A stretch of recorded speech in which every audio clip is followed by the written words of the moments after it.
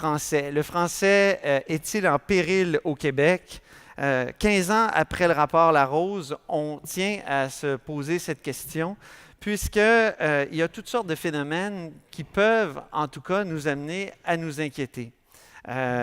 On pense, par exemple, au statut du français à Montréal, évidemment, au franglais, à la grande vogue du franglais, la francisation qui semble être en panne, notamment à Montréal, la langue texto, la qualité de la langue qui serait en baisse dans nos écoles. Donc, 15 ans après le rapport Larose, je pense qu'il fallait reposer la question. D'ailleurs, Gérald Larose, ce matin, a publié un texte dans nos pages, qui est un texte assez pessimiste.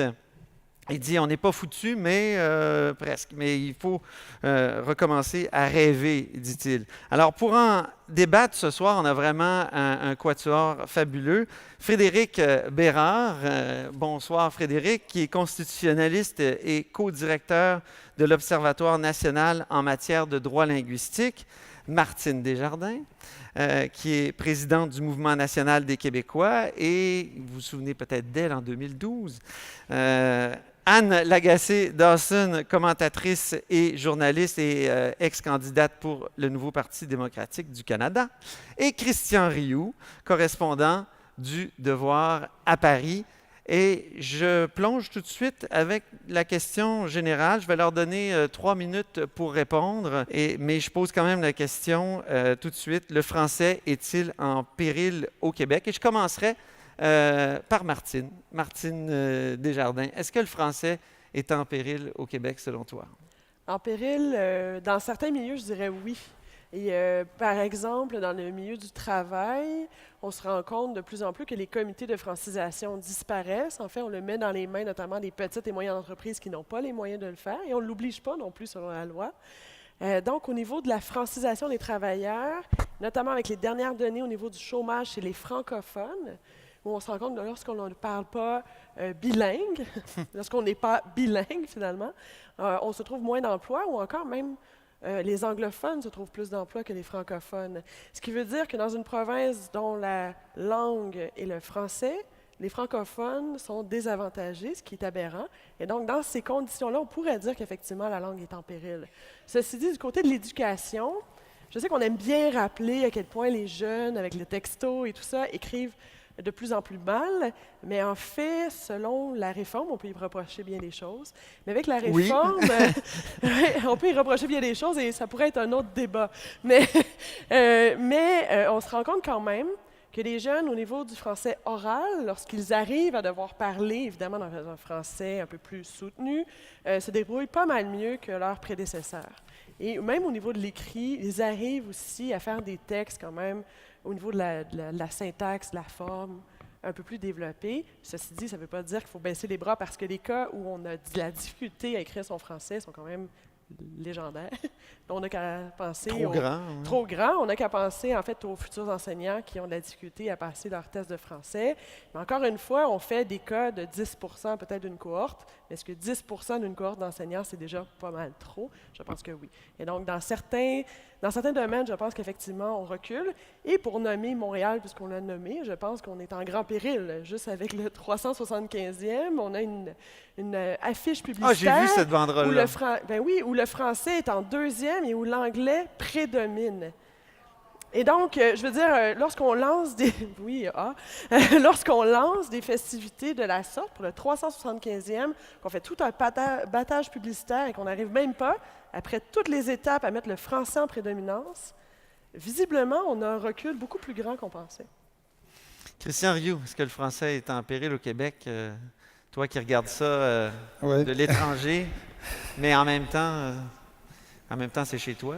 C'est chez moi et j'y ici? suis quand même plusieurs mois par année. Donc, est-ce que le français est en péril au Québec? Moi, j'aimerais d'abord qu'on pose le décor, c'est-à-dire, aux dernières nouvelles, on est encore dans le Canada. Et le français est en péril au Canada depuis 250 ans.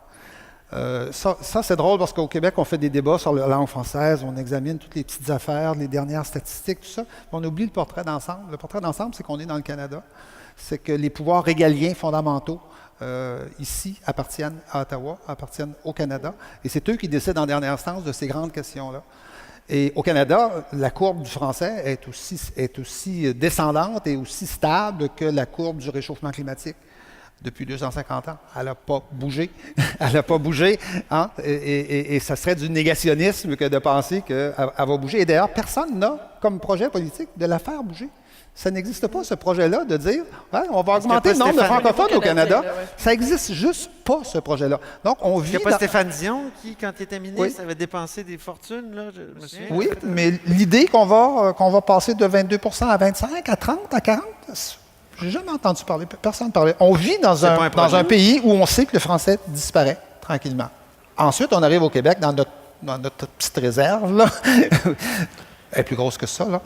Et au Québec, est-ce que le français est en péril? Je pense que le français n'est pas en péril dans l'immédiat, mais j'ai l'impression qu'après peut-être 30, même 40 ans d'efforts surhumains, d'efforts énormes dans tous les domaines, dans tous les aspects de la société, on assiste soit à un déclin, soit à une stabilisation, en tout cas à une certaine normalisation des choses, et à une bilinguisation. C'est ça qui est particulier ici au Québec, c'est que on ne devient pas anglophone comme ça du jour au lendemain. Ce qui se passe, c'est qu'on s'enferme dans un monde bilingue, c'est-à-dire que celui qui n'est pas bilingue n'est pas tout à fait un citoyen à part entière au Québec. Et je pense que c'est de plus en plus comme ça. Il y a des choses auxquelles il n'y a pas accès. Il y a certaines déclarations de ces politiciens qu'il ne peut pas tout à fait comprendre. Philippe Couillard, oui, par exemple. Oui, quelqu'un tout qui à n'est pas fait. bilingue est un peu... Tout à fait. Tout à fait. Tout le monde nous parle en français, à Montréal en particulier, mais l'omniprésence des deux langues, le statut d'égalité des deux langues fait en sorte qu'il y en a une qui devient, quelque part, avec le temps, inutile. Et c'est la langue minoritaire, c'est la langue inférieure, c'est celle qui est moins importante. Et ça, tout le monde le dit, Jacques Ferron, Gaston Miron, André Laurando, notre ancien rédacteur en chef. Et en terminant, le bilinguisme, c'est une machine à détruire le français. Ah. Et c'est une machine pour détruire le français, le bilinguisme massif, le bilinguisme institutionnel, pas personnel, là, mais institutionnel, c'est une machine à détruire le français et à le détruire dans sa qualité et dans son essence même. Anne, je vous vois réagir. Oui, en premier à ces propos. Oui, c'est ça. En premier lieu, je dirais une petite réaction, puis ensuite, réponse à la question, est-ce que le français est en péril au Québec? Je pense qu'il faut être vigilant, il faut protéger les langues minoritaires. Mais ce que je trouve intéressant, c'est que le français est quand même dominant au Québec. Il y a 4 millions de francophones unilingues au Québec. C'est vrai qu'il y a le phénomène de Montréal où les allophones débarquent en grand nombre, surtout sur l'île de Montréal, alors que les francophones quittent l'île de Montréal en grand nombre, et les anglophones aussi d'ailleurs. Alors la langue qui est parlée à la maison à Montréal, c'est pas le français, mais c'est pas l'anglais non plus, c'est la langue d'origine des allophones, ce qui se trouve être le créole, l'espagnol et l'arabe. C'est pas l'anglais nécessairement qui prend le dessus à Montréal. Alors, il faut quand même voir qu'il y a eu beaucoup de victoires. La loi 101, ça a été un succès assez impressionnant. La minorité anglophone, en général, a accepté la réalité de la langue française. Il y en a beaucoup qui ont quitté. Le soi-disant « angry phone » n'existe plus, ou à peu près. Et j'en sais quelque chose parce que je travaille à CJAD. Autrefois, le château fort des angry phones. Alors, il y a quand même eu beaucoup de progrès. Et je pense qu'il faut faire le constat. C'est sûr qu'il y a des endroits ou des particularités, des problèmes dans l'enseignement du français. Mais, par exemple? Par exemple, je pense que certaines syntaxes, certaines tournures de phrases sont très anglophones. Et il y a un langage québécois qui a été beaucoup influencé par l'anglais, ainsi que c'est aussi un langage qui est un peu le langage de la colonie française. On a gardé beaucoup d'archaïsme aussi au Québec. Donc, c'est un langage particulier, un langage en soi. Puis, selon UNESCO, selon les 4 niveaux de danger pour une langue, le Québec ne tombe pas dans ces panneaux-là. Les jeunes parlent le français. Il y a des institutions culturelles, etc., communautaires, qui fonctionnent très bien. C'est sûr que ce n'est pas parfait. Et moi, je souligne le fait que le gouvernement libéral a coupé dans les fonds pour la francisation. Moi, je suis contre ça. Je trouve ça aberrant. Je connais des anglophones qui voudraient s'inscrire dans des cours de français. Puis ils n'ont pas accès, des adultes, je veux dire. Et des gens qui travaillent dans les milieux où ils n'ont pas accès à l'enseignement français. Alors, il y a des linguistes aussi qui vous diront que le français n'est pas en danger au Québec. C'est pas vrai. C'est pas comme la langue... des langues autochtones qui sont disparues. La langue huronne, ici, dans la région de Québec, il n'y en a plus. Il n'y a personne qui parle cette langue-là. Elle est disparue complètement. C'est pas ça qui est en train d'arriver au français. C'est clair qu'il faut militer pour protéger les langues, mais les Allemands, les Italiens diront la même chose, que l'anglais est en train de prendre beaucoup de place. Alors, c'est ça, je pense qu'il faut être vigilant, mais il ne faut pas quand même mettre ça trop au noir. Il y a quand même eu beaucoup de succès pour protéger la langue française. Frédéric. Oui, je vais reprendre plusieurs points d'Anne, en fait. 3 points, à vrai dire, qui ne sont pas nécessairement tous des points, mais premièrement, moi, je ne suis pas un catastrophiste. Je pense qu'il faut être vigilant. Je pense que de toute évidence, on est dans un contexte minoritaire, ça c'est assez évident. Il y a eu des luttes importantes dans les fin des années 50, 60, 70, 80, même 90. Je pense qu'on est allé chercher un certain jeu d'équilibre en matière linguistique au Québec.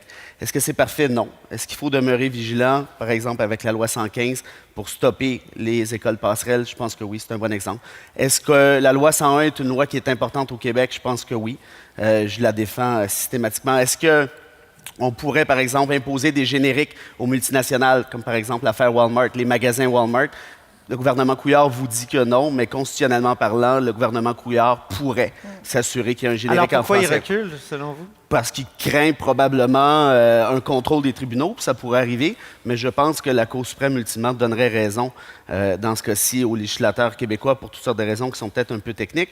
Mais on craint peut-être d'aller mettre le bâton dans la ruche d'abeilles à nouveau, alors qu'à mon avis, on pourrait le faire. L'autre chose, et là je rejoins Anne là-dessus, est-ce qu'on pourrait améliorer les cours de francisation? Oui. Est-ce que la coupe des budgets est catastrophique? Je pense que oui. Ceci dit, dans les faits actuellement, quand je prends les chiffres de l'OQLF, qui n'est pas reconnu pour être anti-francophone, la dernière fois que j'ai regardé, là, il y a 83 % des Québécois qui disent travailler en français, principalement au Québec. C'est pas parfait, c'est déjà pas mal. 94 % des Québécois, toujours selon l'OQLF, qui vous disent parler un français à tout le moins fonctionnel. 94 %, là, on commence, c'est une assez bonne note à l'université habituellement. Là. Est-ce qu'on peut prétendre éventuellement aller chercher un 100 %? Peut-être, j'en doute, comme dans la plupart des sociétés dans le monde, probablement. Mais sans dire que je suis satisfait de ça, je pense qu'il faut prendre ces chiffres-là et relativiser peut-être les questions qui sont posées. Le deuxième point, c'est la question du bilinguisme. Je comprends que l'idéal, ce serait qu'on puisse travailler en français à 100 % partout au Québec, notamment au centre-ville de Montréal. La réalité, c'est que je ne pense pas que ça puisse arriver ni à Montréal ni ailleurs. Pourquoi? Bien, c'est plate, mais l'anglais est la langue des affaires d'un point de vue international. Ceci dit, pour avoir moi-même travaillé dans des bureaux d'avocats montréalais, un bureau, je vais le nommer, là, qui s'appelle Stikeman Elliott, là, ça sonne assez anglophone à première vue, là, qui est devenu lui aussi un peu partout, que maintenant c'est des tentacules un peu partout au Canada et ailleurs dans le monde. Je ne me souviens pas, et j'ai travaillé là presque 5 ans, je ne me souviens pas d'un associé, donc mon patron, qui m'a parlé en anglais. Ils m'ont toujours adressé la parole en français. Je pouvais rendre mes mémos en français. Évidemment, je pouvais avoir des clients anglophones. Je pouvais avoir des clients à Calgary. Là. De toute évidence, je devais me servir de mon bilinguisme. Je suis originaire de Mont-Laurier, donc croyez-moi, mon bilinguisme est assez moyen, merci. En fait, mon français, ça va, là, mais côté anglais, on en reparlera. Ou peut-être pas. Et tout ça pour dire que, justement, j'ai eu à apprendre l'anglais. Je n'ai pas eu le choix. Mais c'était pas parce que M. Stikeman m'avait forcé de. C'est parce que si je voulais travailler dans son bureau-là, dans un bureau comme celui-là, je devais le faire. Le troisième point, pour finir rapidement, sur la question que Christian a soulevée, sur le déclin perpétuel du français au Canada, je ne nie pas que d'un point de vue démographique et sociologique, il y a des questions ultra importantes. Ceci dit, je peux apporter un bémol. La Cour suprême du Canada, depuis 1982, la Charte canadienne, et surtout depuis 1990, l'arrêt Mahé, je ne veux pas rentrer dans les détails, s'est efforcé d'assurer une lecture assez large des droits des francophones hors Québec pour leur permettre le droit à l'éducation en français. Dans toutes les provinces, maintenant, vous avez une loi qui permet l'éducation des groupes minoritaires francophones. Ils sont obligés de. Encore récemment, on a forcé la Colombie-Britannique à créer une école strictement pour les francophones. Pourquoi? Parce que l'école qu'ils avaient déjà était considérée un peu trop vétuste au goût de la Cour suprême. Donc, une certaine interventionniste judiciaire... Ah, la Cour suprême pourrait s'intéresser aux écoles à Montréal? Oui, ça, c'est... C'est une petite plaisanterie en passant. Non, mais moi, je trouve ça très sérieux et important. Oui, pour d'autres raisons, peut-être, cela dit. Mais tout ça pour dire, si vous regardez aussi à travers les provinces canadiennes, la Nouvelle-Écosse a une loi sur les services en français, même chose avec l'Ontario. Vous avez le Nouveau-Brunswick, qui est la province maintenant la plus bilingue d'un point de vue institutionnel et officiel, beaucoup plus que Québec quand vous regardez ça de plus près. Donc, tout ça pour dire que là-dessus, si on relativise ça, peut-être que ces droits-là, éventuellement, et c'est mon souhait, va créer un certain mouvement le pour Nouveau-Brunswick plus bilingue que le Québec, c'est normal. Nous, on a une langue officielle. Peut-être, mais ce que je veux dire, c'est que d'un point de vue institutionnel... Est-ce que c'est souhaitable qu'on devienne bilingue? Non, j'ai pas dit que c'était... Okay. Je comparais pas le Québec avec le Nouveau-Brunswick dans cette optique-là. Je disais tout simplement qu'il y a eu un essor du fait français dans plusieurs provinces depuis 1982. Pour moi, c'est une excellente chose. Est-ce que je critique Québec? Évidemment pas. Le Québec est le foyer francophone du Canada. On veut s'assurer de protéger justement le fait français davantage que dans d'autres provinces. C'est le discours de Jean-Marc Fournier. J'aime pas qu'on me compare à Jean-Marc Fournier, par exemple. Tu peux présenter tes excuses. Vous convergez avec Jean-Marc Fournier. Ça va. Ouais. Vous convergez avec Jean-Marc Fournier. Non. Je veux vous ramener au rapport Larose. Ça fait 15 ans. Gérald Larose, ce matin, nous disait « Le français au Québec n'a plus d'officiel que le nom ». Est-ce que c'est votre impression, Martine? Bien, officiel que le nom, je pense qu'il est un peu dur, en fait. Il est un petit peu pessimiste. Vraiment, là, du côté de Gérald Larose. Ceci dit, il n'a pas tort dans certaines institutions, puis là, je vais rejoindre M. Rio là-dessus.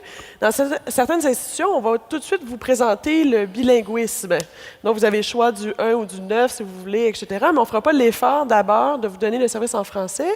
Et malheureusement, effectivement, j'ai l'impression qu'il... son côté pessimiste n'est pas si loin d'une réalité institutionnelle dans certains cas. On regardait tout dernièrement Desjardins qui annonçait qu'il allait maintenant offrir un service bilingue. Là, on se dit que c'était quand même une grande institution francophone, coopérative, qui a beaucoup fonctionné au niveau régional, qui a été longuement critiquée sur autre chose. Et là, tout d'un coup, on annonce un service bilingue. Là, on se dit, mais où on s'en va? Je croyais que le service prioritaire devait être en français. Et donc, si on est déjà en train de rayer, en fait, ces services-là prioritairement en français, peut-être qu'effectivement, on est en train de favoriser le bilinguisme institutionnel. Et à ce moment-là, automatiquement, vous dites, en fait, aux gens, et je reviens sur le taux de chômage des francophones, vous allez dire aux gens, oui, nous sommes francophones au Québec, mais vous devez absolument être bilingue pour pouvoir travailler chez nous, avoir des services, être capable de faire, en fait, votre épicerie, par exemple. Aller à Montréal, on va vous recevoir dans les deux langues. Mm-hmm. Bonjour, hi. Bonjour, hi, oui. Est-ce que c'est vraiment nécessaire de me dire bonjour en anglais? Je ne suis pas certaine. Un simple bonjour, même si je suis anglophone, peut me dire quand même que je peux poursuivre ma discussion en anglais, en fait. Je m'exprime mal ce côté institutionnel de la bilinguisation et je pense qu'effectivement, de ce côté-là, M. Larose est quand même pas sur une si mauvaise voie. Ceci dit, je ne pense pas qu'on a de langue officielle que le nom. En fait, au Québec, ça se passe quand même majoritairement en français. Et je ne pense pas, pour en fait le tour des régions dernièrement, que le français, notamment en région, est problématique. Mais dans les milieux de travail, oui. Au Saguenay, oui. Il y a une problématique. Sur la Côte-Nord, à Sept-Îles, il y a une problème au Saguenay, vous nous en avez parlé tout à l'heure. Au niveau de certaines entreprises, en fait, ils n'ont plus de comité de francisation et donc, tous ceux qui arrivent pour travailler dans des milieux, par exemple, hautement spécialisés, vous allez vous retrouver à devoir travailler en anglais ou devoir répondre en anglais. Ce qui est une aberration lorsqu'on travaille en région quand même, qui est surtout le royaume du Saguenay. On devrait être capable de parler en français, j'ose croire. Christian? Le problème des questions linguistiques, c'est que c'est des phénomènes qui changent sur des longues périodes de temps et on risque de s'apercevoir du changement quand ça fait déjà 10 ans ou 20 ans qui est ancré et qui est en train de se produire. Moi qui rencontre beaucoup de Français qui reviennent du Québec, qui viennent travailler, s'installer sur le plateau Mont-Royal et tout ça, la plupart des Français me disent, en général, ils sont partis convaincus qu'ils partaient vers un territoire francophone où ils pourraient vivre en français. Puis quand ils reviennent, en général, ils disent, pour vivre à Montréal, il faut parler anglais. Hein? C'est évident. On ne peut pas vivre à Montréal normalement, travailler normalement à Montréal sans parler anglais. C'est ce qu'ils me disent. À l'extérieur du oui, plateau. Oui, ils reviennent des fois. Non, mais ils reviennent des fois déçus. Ils reviennent des fois déçus en se disant. Certains ne sont pas déçus parce qu'ils sont contents. Au contraire, ils sont venus au Québec pour apprendre l'anglais. Ils envoient souvent leurs enfants dans les universités anglophones, Concordia et McGill. Mais la réalité qu'ils me décrivent, c'est la réalité du bilinguisme de Montréal. Pour eux, Montréal est une ville bilingue. Certains, d'ailleurs, quittent la France pour s'en aller à Montréal, contents d'aller vivre justement dans une ville bilingue. Le grand problème de la bilinguisation de Montréal, c'est que de machines pour intégrer les immigrants, on en a juste une, c'est Montréal. Il n'y en a pas d'autre. C'est pas Québec qui intègre les immigrants, c'est pas le Saguenay-Lac-Saint-Jean, c'est pas Sherbrooke, c'est pas Gatineau, c'est Montréal.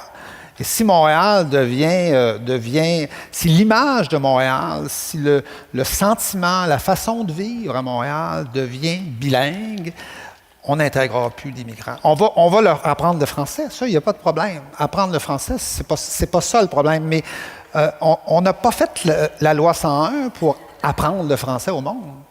On a fait la loi 101 pour fabriquer des Québécois francophones. Dont la langue maternelle à terme de leurs enfants, etc., serait le français et qui continuera à défendre le français après nous autres. C'est pour ça qu'on a fait de la loi 101. C'est pas pour instruire le monde, là, qui connaissent 2 langues. Là. Anne, vous voulez... La loi 101, c'était pour protéger le français contre la machine anglophone qui écrase tout devant lui. C'est la machine de l'anglais, la langue du commerce international, la langue de Hollywood qui écrase le Canada anglais aussi. C'est pas juste le Québec. C'est ça. La langue de Netflix aujourd'hui. C'est ça. Alors, toutes les cultures, soi-disant locales ou régionales ou provinciales ou fédérales, sont en danger devant cette machine-là, c'est clair. Et il y a peut-être le mandarin derrière ça. Ça, c'est la réalité de l'économie internationale de plus en plus globale. Mais je dirais que les allophones arrivent au Québec, ils passent par Montréal parce qu'ils sont plus nombreux à Montréal, c'est rassurant pour eux. Ils parlent leur langue à la maison, mais leurs enfants apprennent le français à cause de la loi 101. Moi, je prends l'autobus 80 sur l'avenue du Parc. J'entends toutes sortes de jeunes qui parlent le Punjabi, le Gujarati, le philippin, le Tagalog, tout ça. Eux, ils parlent français à la québécoise, ces jeunes-là, sans aucun complexe. Mais quand ils arrivent au cégep, ils vont aller au cégep en anglais. Oui, mais ils sont majeurs. Certains disent qu'il faudrait justement appliquer la loi 101 au cégep. Non, je pense qu'on ne peut pas le faire parce que ce sont des jeunes qui ont 18 ans. Ils ont bien le droit de choisir dans quel collège ils vont. Il ne faut pas aller avec le bâton quand on essaye de promouvoir le français. Il faut aller avec la carotte. C'est ce qu'on disait dans le temps pour la loi 101, puis là, tout le monde dit que c'est une loi formidable. Mais c'est la loi qui a sauvé le Canada, même. Il y a des gens qui disent ça. Ça a sauvé la Fédération canadienne. Enfin, mais il y a Bourgault qui a dit « Moi, j'haïs les révolutionnaires qui ne reconnaissent pas le fait qu'ils ont gagné leur révolution. » Il a dit ça quelques mois avant sa mort. Quand même, le français est dominant au Québec. C'est une lutte qui est plus ou moins gagnée. Je pense qu'il y a plein de problèmes, c'est clair. Mais le français n'est plus la langue minoritaire. Le français est la langue majoritaire au Québec. Ce sont les anglophones qui sont minoritaires au Québec. Est-ce que le français n'a plus d'officiel que de qualificatif? Okay. 83% des Québécois disent parler principalement le français au travail. 94% des Québécois disent parler français. Si c'est ça l'échec total du français, je trouve 94, c'est pas si mal, je reviens avec ça. Sortons des chiffres. Le truc du bonjour hi, à titre personnel... Bon. C'est comme beer. Desjardins qui veut un truc, bon... Okay. Nommez-moi une... Non, un instant. Nommez-moi une capitale autre que principalement anglophone qui est imperméable à 100% à l'anglais. Moi, à titre personnel, j'en connais pas. Est-ce que c'est grave? Non. Est-ce que quelqu'un qui me dit « bonjour, aïe », je revire de bord? Non. Est-ce que je lui parle en français? Oui. Est-ce que j'en fais de l'urticaire? Pas du tout. Est-ce que Joe X, qui parle le perse à la maison parce que ses parents viennent de l'Iran, mais qui parle un français impeccable dans mes cours à la fac de droit, par exemple, est-ce que je lui en veux parce qu'il parle perse avec ses parents? Non. Est-ce que je m'en fous? Totalement. Est-ce que pour moi, c'est la preuve que le français est en train de planter au Québec? Je vois pas ça du tout. Je regarde notre ancienne première ministre, Pauline Marois, qui était quasi incapable de donner une entrevue en anglais. Première ministre qui ne parle pas anglais. Est-ce que c'est grave? Est-ce que j'en fais de l'urticaire? Non. Mais est-ce que c'est pas la preuve que le français doit être pas si mal que ça au Québec si ta première ministre est incapable de parler l'anglais? Peut-être. Louise Arel, lorsqu'elle s'est présentée à la chefferie, à la ville de Montréal, était incapable et a refusé tous les débats et entrevues en anglais pour la simple et bonne raison qu'elle ne parle pas anglais. Est-ce que je trouve ça épouvantable?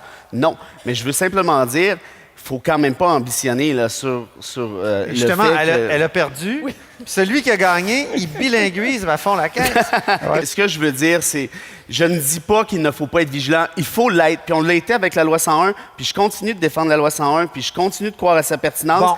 Mais arrêtons d'être catastrophistes, parce qu'en étant catastrophiste comme l'était Larose ce matin, moi, à mon avis, ça fait juste perdre la crédibilité de toute cette histoire-là. Puis les jeunes se regardent et ils disent « c'est quoi ces affaires de dinosaures-là? » La loi 101 au cégep, Frédéric?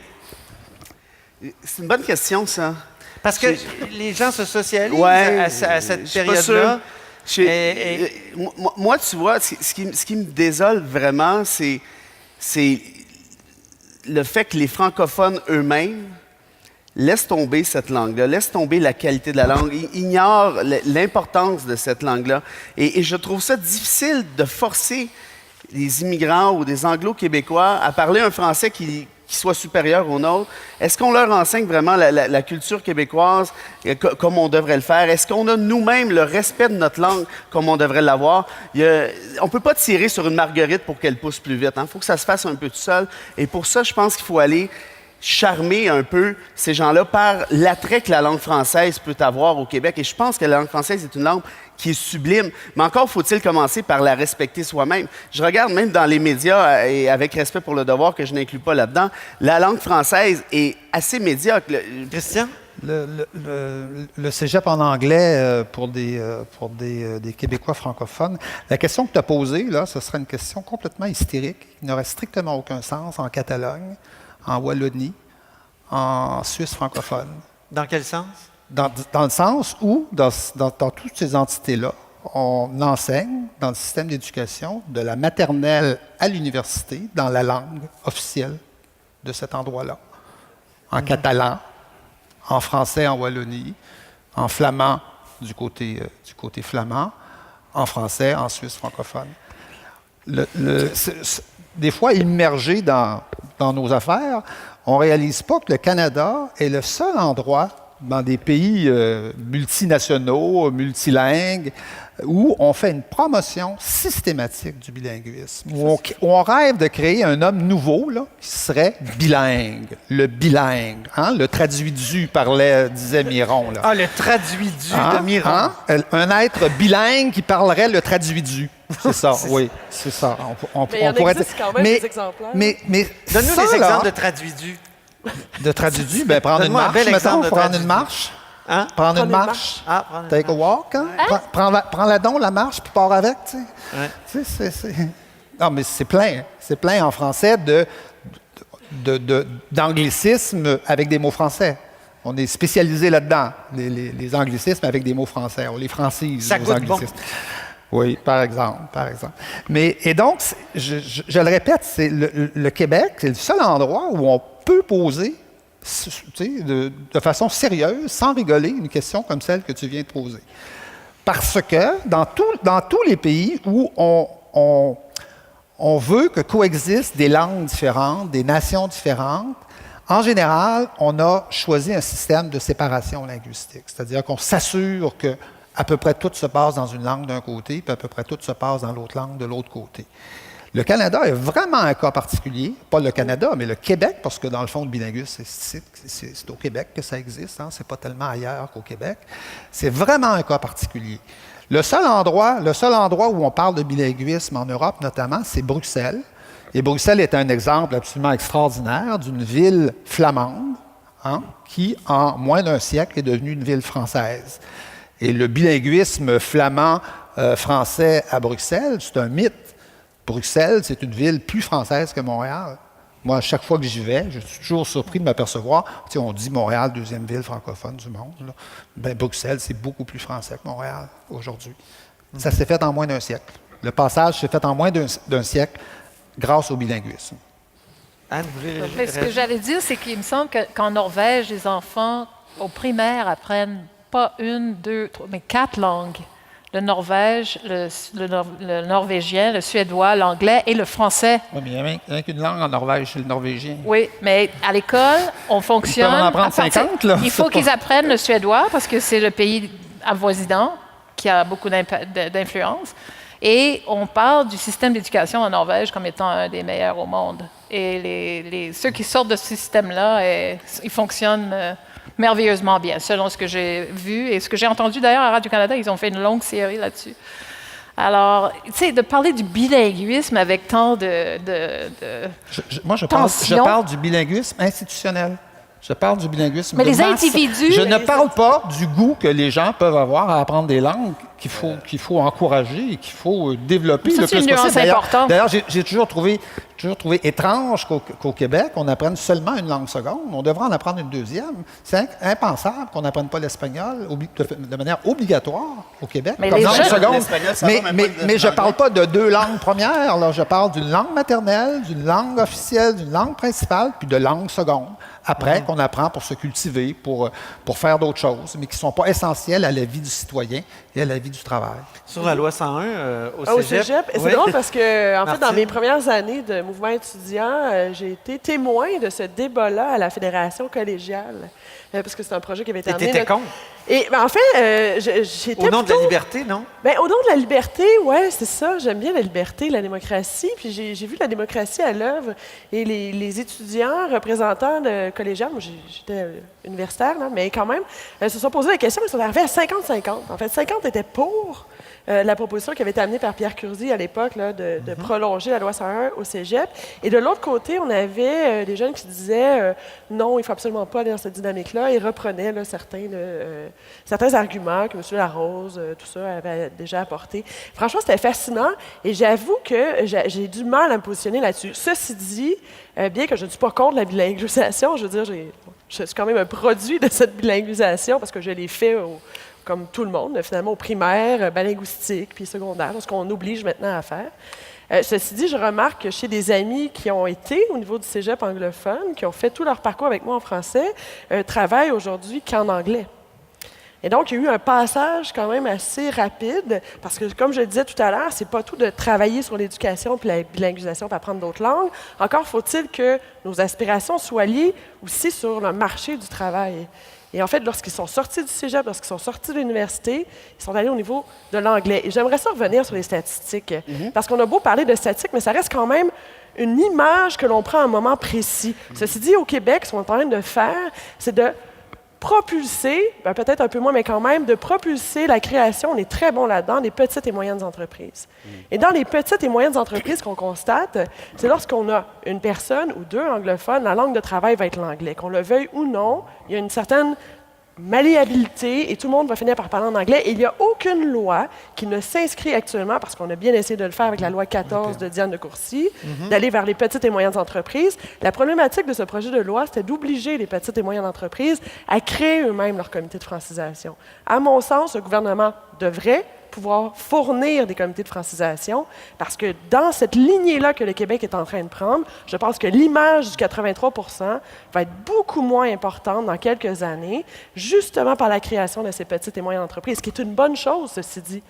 C'est bien que nous développons notre système économique, sauf que lorsqu'on les développe, et surtout dans des domaines très spécialisés comme les jeux vidéo et tout ça, où les choses se parlent majoritairement en anglais, on devient des piliers, il y a un risque. un risque important. Et je ne veux pas être alarmiste comme M. Larose, bien au contraire. Ceci dit, je ne pense pas qu'il faut se fermer les yeux et rester avec notre 83 % et se dire, mais finalement, tout va bien, Madame la Marquise, on reste là, on attend de voir les choses. On prendra une autre image dans 10 ans et là, on commencera à s'alarmer. Je pense qu'il faut quand même être vigilant. Puis là-dessus, il faut rester vigilant, il ne faut pas trop être alarmiste, mais il ne faut quand même pas non plus jouer le bon enfant puis regarder ça en se disant, mais l'image nous dit que tout va bien. Ben, rapidement, premièrement, ce ne sont pas mes chiffres, hein, ce sont Non, ceux de l'OQLF. C'est pour ça que j'aime ça les rappeler. Très bien. Deuxièmement, la réalité dont tu parles par rapport aux petites entreprises, il y a quand même le 83 % qui se rattache à ça, dans l'optique où ça fait partie de la réalité des 83 % dont on parle. Est-ce qu'on pourrait penser à un renforcement de la loi 101 dans l'optique où on pourrait l'appliquer à des entreprises de moins de 50 employés, comme on en avait parlé à une certaine époque, il y a de ça une dizaine d'années? Moi, à titre personnel, je ne suis pas contre. Est-ce que je pense qu'on doit être bon enfant? Pas du tout. Est-ce qu'on doit continuer à être vigilant? Je l'ai dit plusieurs fois et je le pense. Par rapport à la loi, l'application de la loi 101 au cégep, juste peut-être un petit truc qui m'est venu en tête. Il ne faut pas oublier que la Cour suprême du Canada a déjà, en 2005, dans l'arrêt Gosselin, ça, on n'en parle jamais au Québec. On parle beaucoup des écoles passerelles, Nguyen, Solski, mais on ne parle jamais de l'école passerelle Gosselin. Gosselin, c'était quoi? C'était un arrêt où des parents francophones, Gosselin, voulaient envoyer leurs enfants à l'école francophone. En vertu de anglophone? Anglophone, pardon, excuse-moi, le lapsus est important quand même.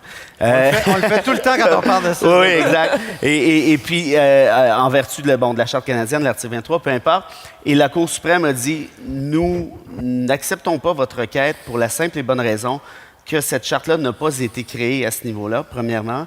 Et c'est surtout ça qui est important, si on permettait aux parents francophones d'envoyer leurs enfants à l'école anglophone, on va attaquer, évidemment, le fait français au Québec. Ce n'est pas l'intention du constituant, et ainsi de suite. Et on ne peut pas permettre ça. Le fait français est trop fragile au Québec pour permettre une telle chose. Et tout ça pour dire quoi? Pour dire que, évidemment, tout ça s'applique au primaire et au secondaire, mais au cégep, comme tu le disais, Anne, tout à l'heure, l'enfant, l'adolescent, l'adulte a 17, 18 ans maintenant. Et c'est souvent pour eux la seule façon d'étudier en anglais. J'entendais l'auteur de Rhapsodie québécoise, Akos Virbocci, raconter qu'il est allé comme par accident au cégep en français parce qu'il n'était pas très bon en anglais au secondaire. Et lui, comme Hongrois, il dit « Mais c'est là que je me suis ouvert à la culture québécoise, que je me suis socialisé au Québec. » Et est-ce qu'on ne pourrait pas avoir beaucoup plus d'ACOS si on disait, ben maintenant, désormais, il n'y a que, comme au niveau inférieur, que les portes du cégep. La discussion peut se faire, puis je ne suis pas fermé à l'idée, mais je dirais qu'à première vue, compte tenu de ce que je disais dans l'affaire Gosselin, pour plusieurs francophones, en fait, pour tous les francophones ou à peu près, c'est la seule manière d'apprendre l'anglais sérieusement. Et là, maintenant, on peut se poser la question, est-ce qu'on veut que nos jeunes apprennent l'anglais sérieusement ou non? Moi, ma réponse à ça, c'est oui. Moi, ma fille est francophone à 100 %, mais elle parle un anglais qui est franchement drôlement supérieur au mien, même si c'est pas très difficile, dans l'optique où je l'ai forcé un peu à apprendre l'anglais parce que je pense que, tu sais, elle peut se conter des histoires, là, mais ça, ce sont les faits. Peut-être un commentaire de Christian, puis ensuite, je vais revenir à la rose. J'ai une autre question. Oui, souvent, on parle du bilinguisme, ça, dans les couches un peu favorisées, dans les couches intellectuelles, dans les couches chez les universitaires. Et c'est vrai qu'en général, les gens plutôt instruits arrivent non pas à être parfaits bilingues, expression qui n'existe qu'ici, d'ailleurs, qu'on n'entend nulle part ailleurs dans le reste du monde. Là. C'est juste ici que ça existe, l'homme nouveau parfait bilingue. Là, l'homme nouveau. Qui parle le traduit. Là. Mais c'est vrai que dans ces couches-là, plutôt favorisées, en général, on se débrouille plutôt bien, c'est-à-dire on arrive à parler un bon français, puis en général à maîtriser l'anglais. Ce qu'il faut comprendre, c'est l'effet de ce bilinguisme massif, l'effet que ça a sur des couches populaires, sur des populations qui ne sont pas très instruites, sur des populations qui ont déjà beaucoup d'énergie à mettre pour posséder une langue, pour posséder le français, dans le contexte du français au Québec, où ça exige déjà des efforts extrêmement importants. Alors souvent, on discute du bilinguisme entre nous, entre gens un peu instruits, oui, le français c'est bien, ça permet de voyager, c'est ci, c'est ça, mais l'effet de ça dans les couches populaires, dans les couches peu instruites, chez les ouvriers, chez les femmes de ménage, dans ces populations-là, moi, je pense que ça a un effet catastrophique. catastrophique, le bilinguisme, dans ces populations-là. Ça détruit systématiquement la langue première, la langue maternelle, ça l'abîme, ça fait en sorte qu'à un moment donné, cette langue-là, on la sent plus. Hein? On la sent plus. Le sens du français se perd à ce moment-là. Je suis tellement pas d'accord avec ça. Je suis tellement pas d'accord avec ça. Jusque dans les années 50, partout au Canada et au Québec, les gens étaient plus ou moins lettrés. Ouais. Alors, on parle des notables, peut-être. Et ici, au Québec, et à Québec, les gens aisés allaient au séminaire. Eux, ils allaient à l'université. Mais la plupart des gens des classes populaires dont moi, je suis issue, ils mettaient jamais leurs pieds dans une université, lisaient très peu, travaillaient tout le temps. Oui, puis ils ne rencontraient jamais d'anglophones non plus. Non, mais il parlait... Marcel Dubé... À part Montréal, les Anglais, il n'y en avait pas. Mais quand on vivait au Lac-Saint-Jean, là, on ne vivait pas en anglais. Les patrons étaient anglophones. Non, en Gaspésie, un peu. C'est comme un peu historique, votre analyse, parce que... Non, mais c'est dans les années 50. C'est dans les années 50 que le prolétariat arrive en ville et pas tous en même temps, là. Mon grand-père, qui venait du quartier Saint-Sauveur à Québec, a travaillé toute sa vie pour la Banque de Montréal en anglais. Il a voté pour René Lévesque en 1976. Et il recevait le devoir à la maison quand il vivait avec nous à Toronto. C'est d'ailleurs comme ça que j'ai appris à connaître le journal. Alors, justement, c'était pas rien parce qu'on était les seuls et tout le monde nous disait vous êtes de quel pays, vous? C'est à Toronto. Alors, il y a eu un progrès fou de ce côté-là. Et mon père, qui était outilleur, il venait d'un milieu extrêmement populaire. Eux, ils parlaient un langage en anglais, mais très peu développé. Et du côté francophone, la même chose. Les classes populaires au Québec n'accédaient pas à l'éducation avant la Révolution tranquille. Et ils avaient beaucoup plus de problèmes avec les anglicismes et le pouvoir de la classe dominante anglophone au Québec. Tout ça, ça a changé. Là. Il y a Québec incorporé. Les patrons, maintenant, là, ce sont des francophones. Je regrette, là, mais c'est ça. Sur l'effet Mais je veux dire, ce pouvoir a été transformé au Québec, là. Enfin. L'effet délétère du bilinguisme sur les classes populaires, juste tu voulais réagir. Je recule très légèrement là, de dire qu'il n'y avait pas d'anglophones à l'extérieur de Montréal à l'époque. Okay. Je suis désolé, là, mais en Estrie, ça s'appelait les Eastern Townships. Là, c'est pas très francophone, habituellement, les Eastern Townships. On peut parler d'Outaouais aussi, peut-être. Peut-être qu'on peut parler aussi de la Gaspésie. Wilbert Coffin, qui était un des derniers mis à mort, légalement parlant. Il y a des familles d'anglophones à pu savoir quoi en faire en Gaspésie à cette époque-là. Je veux dire, il y avait des tonnes d'anglophones, puis c'est tout à fait correct. Il y en avait en Abitibi aussi. Bon, bref. Ça, première chose. Deuxième chose, l'effet délétère sur les classes, comment vous les avez appelées? Parce que je veux populaire, j'ai essayé. Populaire, j'ai essayé de... moi, c'est drôle parce que j'ai jamais senti ça pour être moi-même originaire d'une région. La Gazette, là, à Mont-Laurier, vous allez vous lever de bonne heure pour la trouver là, au dépanneur parce qu'il n'y en a pas. OK? Il n'y a pas le devoir non plus, cela dit. Mais peut-être que mon exemple n'était pas très bon. Mais ça pour dire, je me souviens pas d'avoir eu... un bon camelot. Je me souviens pas d'avoir eu... Et je parle à l'époque, ça fait longtemps. Mais je me souviens pas d'avoir eu un prof d'anglais au secondaire ou au primaire qui était anglophone, premièrement, et qui parlait plutôt bien anglais non plus. Pour le reste, bien franchement, là, moi, j'ai l'impression que c'est plutôt les classes populaires, et j'emploie le terme que vous avez employé, pour dire que ce sont peut-être eux qui sont le plus imperméables aux faits anglais, mais je ne le dis pas dans le bon sens du terme. Je trouve ça même peut-être un peu dommage dans l'optique où je souhaite que ma population puisse... Là, vous parliez de l'espagnol comme c'est ce nouveau paradigme, mais l'anglais aussi, c'est un paradigme à ce niveau-là. Je souhaite qu'il y ait plus de gens bilingues, trilingues et ainsi de suite. Et peut-être que ces gens-là qui n'ont pas accès pour toutes sortes de raisons, du fait d'un manque d'instruction, d'éducation, peu importe. Est-ce qu'on est dans une classe d'immersion continuelle, selon toi? C'est vrai que moi, je pense que tu as raison de dire que le web, c'est une classe d'immersion. Mais le problème, je ne le vois pas. De un, évidemment, si on était capable de me prouver qu'il y avait une transition totale et complète vers l'anglais et que le francophone ne parlera plus sa langue du fait qu'il a vu Game of Thrones, que je n'ai pas suivi, je vais peut-être le seul moi non ici. plus. On est deux, moi et Anne. Même pas cette émission-là. J'imagine que c'est ma génération, mais... C'est ça. Ça doit être ça. OK, un peu d'agisme. Mais tout ça pour dire, mais il ne faut pas oublier une chose. La solution à ça, c'est quoi? Je veux dire, c'est pas juste le Québec là, qui est en classe d'immersion continue sur le web. C'est l'ensemble de l'humanité qui n'est pas essentiellement anglophone, de un. De deux, la solution, est-ce que c'est une solution législative? C'est quoi? On va interdire le web aux jeunes Québécois en disant on veut quand même pas que tu regardes des trucs en anglais parce qu'on sait jamais, un jour, tu vas peut-être juste parler. Non, mais tu sais, je veux dire, ultimement, la discussion est intéressante, mais la solution, d'un point de vue étatique, action étatique, franchement, je ne la vois pas. Mais est-ce que l'effet, est-ce que c'est pas le franglais? On sait que Christian a soulevé toute une tempête en parlant contre le franglais. Et oui, Christian, on va en reparler.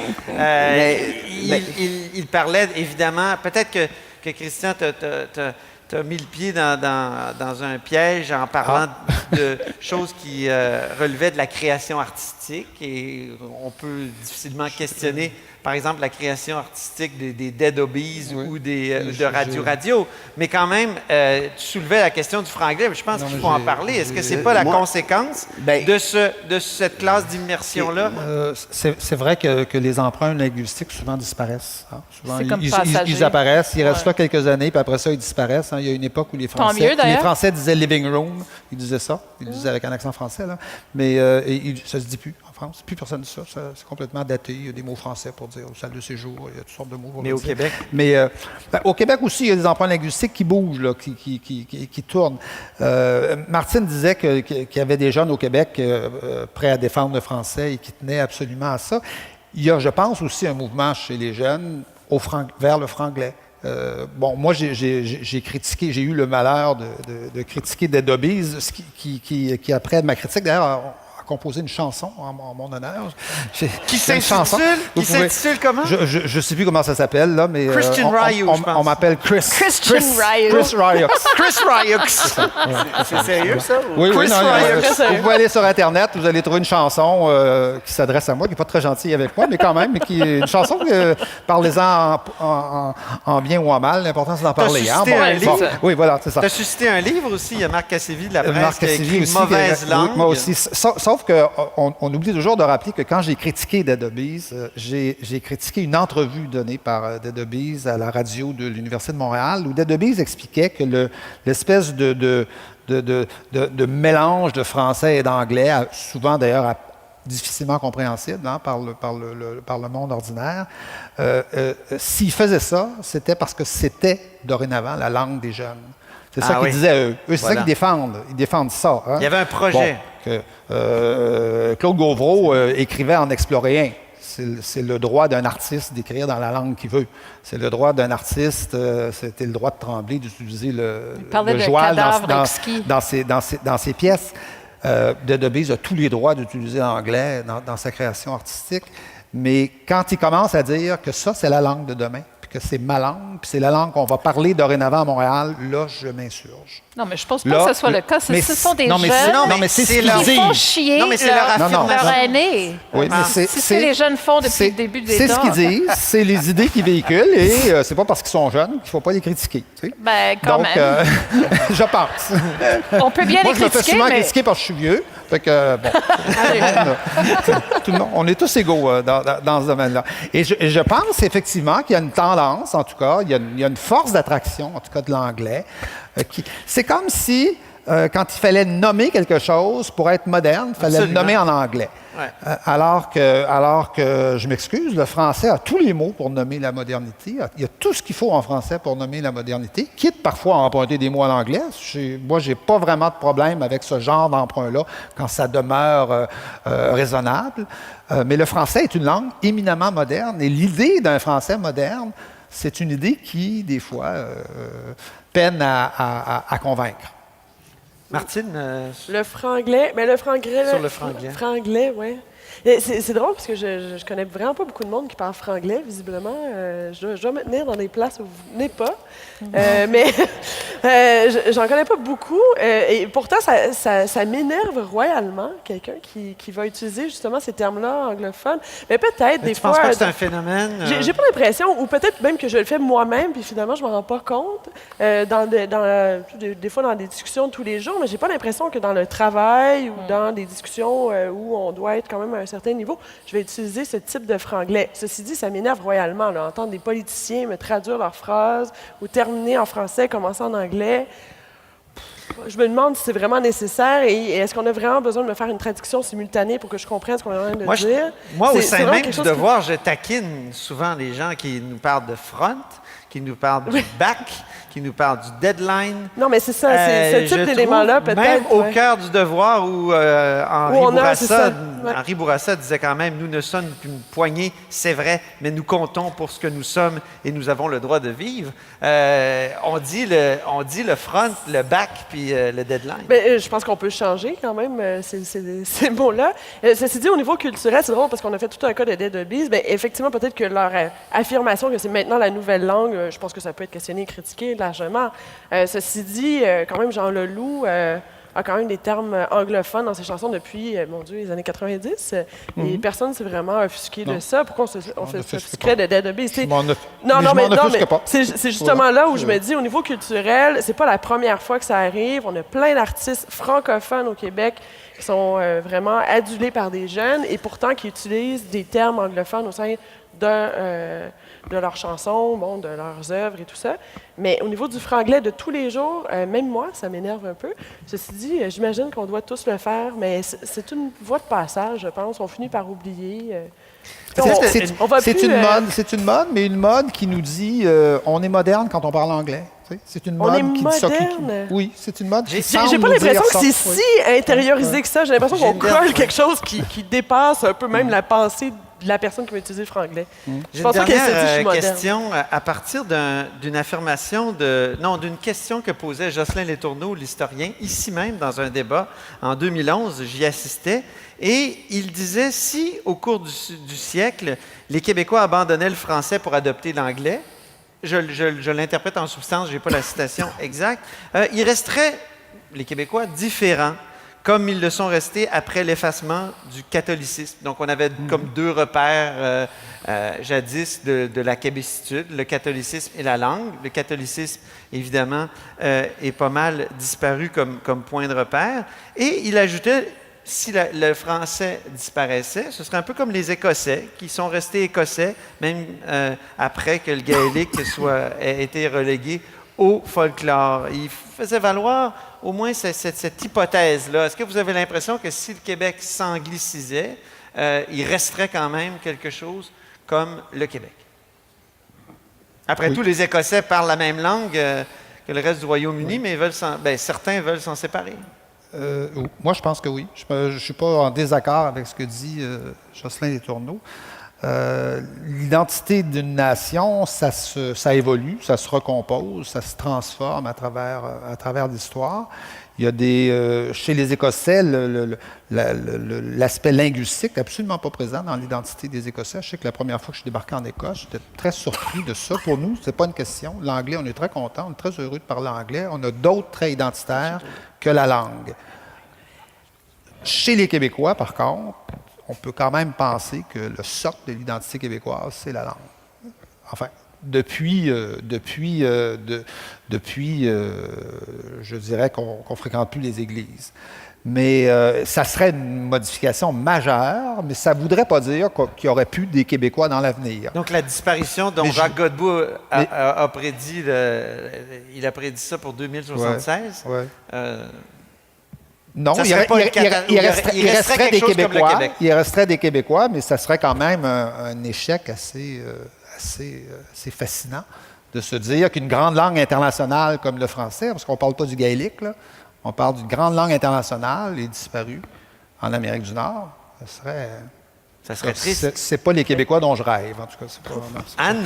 Mais moi, je pense que ça n'arrivera pas. Je pense que, à cause de toutes sortes de raisons dont on a discuté ce soir, ça n'arrivera pas. Mais moi, je suis en partie d'origine écossaise. Et les Écossais parlent un anglais qui est très écossais, très gaélique quand même. Puis il y en a quand même quelques-uns qui parlent encore la langue celte. Et à un moment donné aussi, au point de vue politique, ce sont des gens, ils ont tous voté pour le Parti travailliste. Tout le pays a voté pour le Parti travailliste. Ils ont envoyé des députés Labour à Londres, mais tous les comtés. Alors, ils ont quand même certaines caractéristiques socio-culturelles, politico, je ne sais pas exactement, là, mais ils n'aiment pas les Britanniques. Ils n'aiment vraiment pas les Britanniques. Ils ont été conquis par les Britanniques. Ils sont pas du tout, ils s'identifient différemment, comme les Irlandais d'ailleurs. C'est quand j'entends parler des Anglais du Québec, je trouve ça terrible parce que les anglophones du Québec sont de toute origine diversifiée. Il y a les Irlandais qui n'aiment pas les Britanniques, les Écossais qui n'aiment pas les Britanniques. Il y a toutes sortes de gens qui viennent d'origines différentes, qui ne sont pas anglo-saxons, mais pas du tout. Alors, de tout nous mettre dans le même paquet, dans le même panier, je trouve ça ridicule. Au rugby, les Écossais soutiennent les Français. Bon, ben, tant mieux. Les matchs au rugby. Alors, donc, c'est ça, on a tous des origines diverses, il faut en tenir compte. C'est très, très simpliste de parler des Anglais, des anglophones et des francophones comme si on était tous uniformes, chaque catégorie. Et toi, Martine, si on s'assimilait, est-ce qu'il resterait quelque chose comme le Québec? Ben, en fait, je suis plutôt de l'avis de l'Anne. Je ne pense pas qu'on va s'assimiler. J'aimerais ça me porter en faux. Il y a quand même encore aujourd'hui, il y a eu justement un super sondage sur le nationalisme des Québécois. Il y a quand même 30 d'entre eux qui considéraient que la langue faisait partie de leur identité québécoise. Juste Donc, 30? c'est ça, juste 30 mais on pourrait dire quand même, alors, en fait, je pense que c'était l'immigration, l'économie et ensuite la langue. Mais quand même, moi, ça m'a surprise de voir qu'il y avait quand même 30 qui considéraient que ça faisait partie de leur identité. Donc, je me dis, je pense pas que ça va arriver, mais si ça arrivait, peut-être que ça ferait pas autant d'incidence, parce que les gens se définissent comme Québécois autrement que par la langue, puisque 30 c'est ça. Oui, exactement. Ouais. Ben, on est dans l'hypothèse la plus totale et complète, là. Je veux dire, évidemment, de là le plaisir de la discussion. On est libre là, de penser. Mais évidemment, mais juste peut-être un petit rappel, parce qu'on parle surtout de la représentation francophone en termes de pourcentage au Québec et ailleurs au Canada, mais on semble oublier une affaire. Au 19e siècle, il y avait 1 million de francophones au Québec. Actuellement, on est plus de 7 millions. Ça, si je sais compter, là, ça commence à faire pratiquement 700 % d'amélioration vers le haut, là. Donc, si on est sur le bord de s'assimiler, plus 700 % je trouve que on est parti de l'autre côté, là, de un. Deuxièmement, puis je ne dis pas qu'il n'y a pas d'autres enjeux, là, mais en termes de nom, pour s'assimiler, par définition, il ne faut plus exister. Bon, ben, on en est rendu 7 millions, c'est quand même pas si mal. Pour le reste, pour répondre à l'autre partie de la question, je suis assez d'accord avec Christian. Je ne crois pas que les Québécois s'effondreraient en tant que peuple comme tel. Sauf que la langue, cela dit, c'est le substrat par excellence d'une culture, à mon avis. Il n'y a pas juste ça, mais c'est le dénominateur commun. Et ça a été reconnu par les tribunaux, c'est reconnu par n'importe quel sociologue ou à peu près. Et le jour où on perd cette langue française, on perd nos repères historiques. Et de là, peut-être le fait que je suis un peu mal à l'aise justement avec cette espèce de franglais-là, où c'est une espèce de mixture, à mon sens, assez acide là, de ce que ça pourrait être, qui, à mon avis, démontre une certaine forme d'irrespect, d'ailleurs, pour la langue française. Bon, ben écoutez, c'est ce qui met fin. C'est un bon mot de la fin, d'ailleurs. Merci infiniment. Merci à vous. À la prochaine.